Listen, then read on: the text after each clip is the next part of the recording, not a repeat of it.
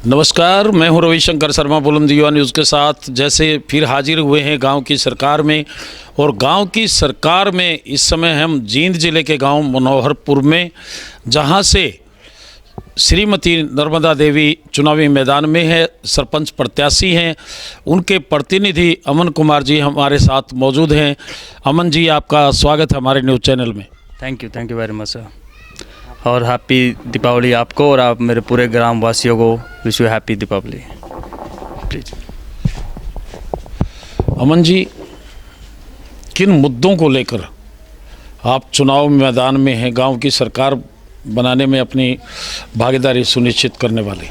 Sir, यहाँ पे क्या होता है ना, बेसिक नीड्स होती है, मूलभूत सुविधाएं। लाइक फर्स्ट आती है एजुकेशन में हम देखेंगे, हमारा 12th तक स्कूल था वो अब 10th तक हो चुका है, उसको भी थोड़ा अपग्रेड करेंगे। और आजकल क्या हो रहा है, आजकल 9 to 12th बेसिक कोर्सेज होते हैं स्टडी के साथ साथ में, लाइक हॉस्पिटैलिटी में, टूरिज़्म और ITI। तो हम फोकस रहेगा हमारा कि उस पर करें। दूसरा है कि हम हेल्थ में कुछ काम करें। यहाँ का जो मनोहरपुर गांव का पानी है वो बिल्कुल ही 20 से 25% लोगों के गोड्डे बिल्कुल ख़त्म हो चुके हैं। और यहाँ पे क्या है कि नज़ला एक बेसिक वो डिजीज़ है जो पानी की वजह से है। और देखोगे हमारे गांव में 2 बड़े तालाब हैं, वो एक का तो पानी ख़राब बिल्कुल, और उस पानी ख़राब अगर भैंसें पिएंगी तो कहाँ पे आएगा उसका इफेक्ट, हम पे ही आएगा। दूध पिएंगे तो बेसिक सी बात है वो डिसीज़ को हम बोन कर रहे हैं बहुत ज़्यादा। और तीसरी बात होती है अवेयरनेस। गांव में कैंपेन लगाएंगे हम जो स्पोर्ट्स को इंकरेज करेगा, स्टडी को इंकरेज करेगा। और तीसरी बात होती है कि हम 36 बिरादरी को साथ में लेके चलेंगे, जिसमें पॉवर्टी को बिल्कुल ही डिक्रीज़ करेंगे और एजुकेशन को इम्प्रूव करेंगे। और बाकी बेसिक मूलभूत सुविधाएं होती है जैसे लाइटिंग, कैमरा, सिक्योरिटी थिंग्स के लिए, वो सब चीज़ों पे काम करेंगे हम लोग। अमन जी, जैसे हाई टेक्नोलॉजी से हाई एजुकेशन से जोड़ने की बात आपके जद्दोजहद दिमाग में है और आप इस पे फोकस करना चाहते हैं, क्योंकि आप धरातल से जुड़े हैं, इस गांव से रिलेटेड हैं, तो इन बखूबी इन चीज़ों को जानते हैं। इसके साथ साथ जैसे बिल्कुल स्टेट हाईवे पे ये गांव है, और यहाँ से जो बच्चे हैं शहर में पढ़ने के लिए जाते हैं, बसों की आवाजाही बहुत कम है। तो इस बारे में क्या फोकस रहेगा आपका? सर, क्या होता है ना कि education is backbone for us. अगर हम एजुकेशन पे फोकस नहीं करेंगे तो क्या करेंगे? हम कोशिश करेंगे कि बसों का स्टॉपेज हो यहाँ पे, और कुछ लाइक ITI और स्कूल्स को अपग्रेड करेंगे कि बच्चे हमारे गांव में ही पढ़े।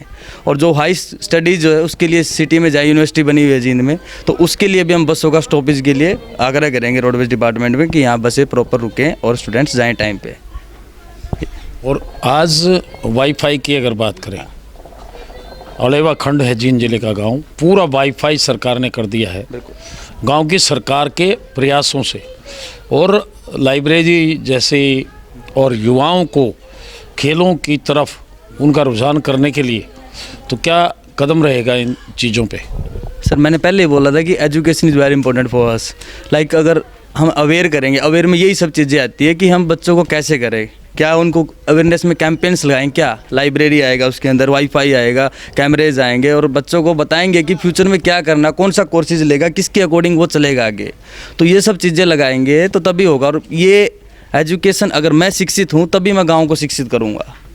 और अपनी थॉट्स होते हैं, जो हमारी थिंकिंग है, वो पॉजिटिविटी वे में लेके चलेंगे हम लोग, और पूरे गांव को साथ लेके और एक अच्छा मतलब मॉडल तैयार करेंगे। जींद जिले में आज तक ऐसा हुआ नहीं है। गांव में मेजर समस्या होती है गंदे पानी की निकासी। गांव की गलियां कच्ची होती हैं, कितनी सरकार आती हैं चली जाती हैं गांव की, लेकिन इस तरफ ध्यान नहीं रहता है।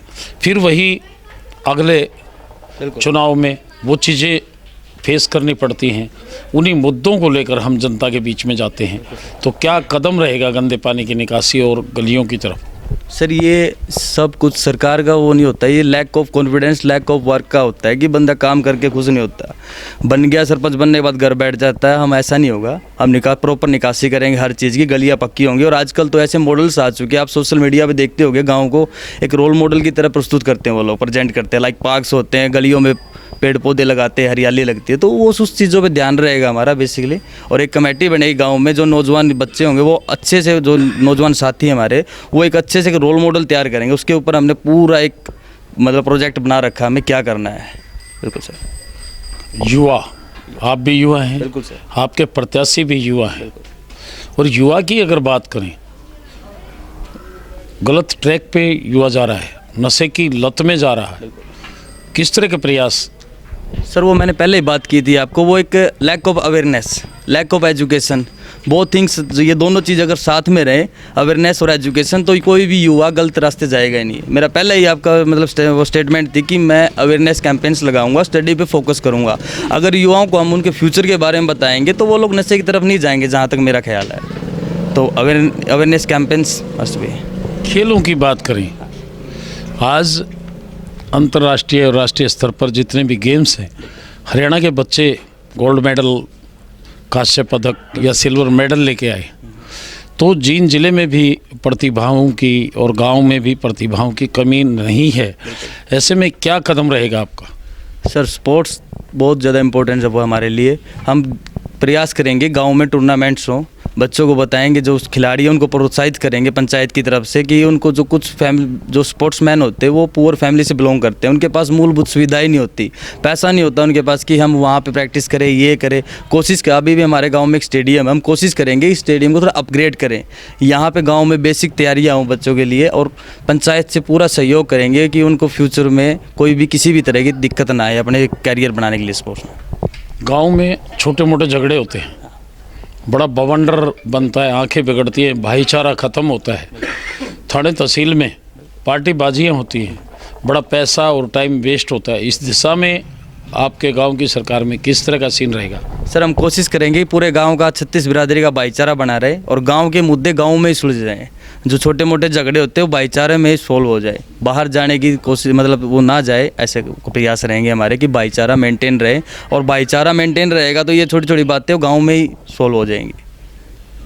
तो दिवाली नज़दीक है, मतदान का समय भी नज़दीक है, मात्र 5-6 दिन बाकी है, तो आप अपने गाँववासियों को, मतदाताओं को किस तरह का संदेश देना चाहेंगे? मैं सभी तो हाथ जोड़ के सब गाँववासियों को दिवाली की शुभकामनाएं देता हूँ और 36 बिरादरी से अपील करता हूँ कि मुझे वोट दे और गांव को एक नई दिशा में जाने के लिए मेरा साथ दे। निश्चित तौर पर अमन जी का कहना है कि उन्हें गांव की सरकार में हिस्सेदारी करने का अगर गांव की जनता ने आशीर्वाद दिया, हाई टेक एजुकेशन के साथ साथ जो आज रिक्वायरमेंट है हायर एजुकेशन की, बच्चों को बाहर जाना पड़ता है, बस सुविधा है, गंदे पानी की निकासी है या अन्य जो मूलभूत सुविधाएं हैं, गांव की सरकार का प्रयास रहेगा कि प्राथमिकता के आधार पे वो सभी स्कीमें लागू करना उनके एजेंडे में शामिल रहेगा, और गांव में भाईचारा कायम करने की दिशा में भी छोटे मोटे जो मामले होंगे, गांव स्तर पे एक कमेटी जो बुज़ुर्गों के मार्गदर्शन में बनेगी, छोटे मोटे झगड़ों का समाधान भी गांव में होगा।